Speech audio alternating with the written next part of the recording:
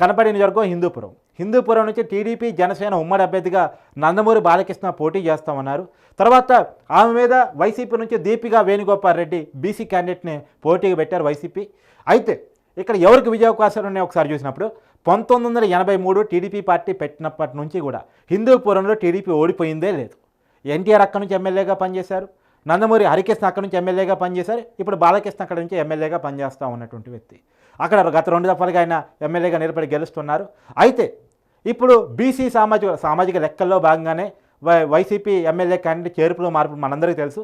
BC candidate కురవ సామాజిక వర్గానికి చెందినటువంటి దీపికాని అక్కడ క్యాండిడేట్గా పెట్టడం జరిగింది.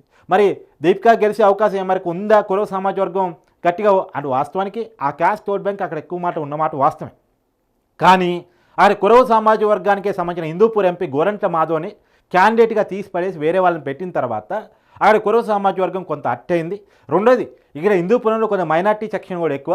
మైనార్టీ క్యాండిడేట్ అంతకుముందు ఇన్ఛార్జ్గా ఉండేవాళ్ళు, అతన్ని తీసేసి వేరే ఇప్పుడు దీపికాని పెట్టడం మీద కూడా వాళ్ళు కొంత హర్ట్ అయ్యారు.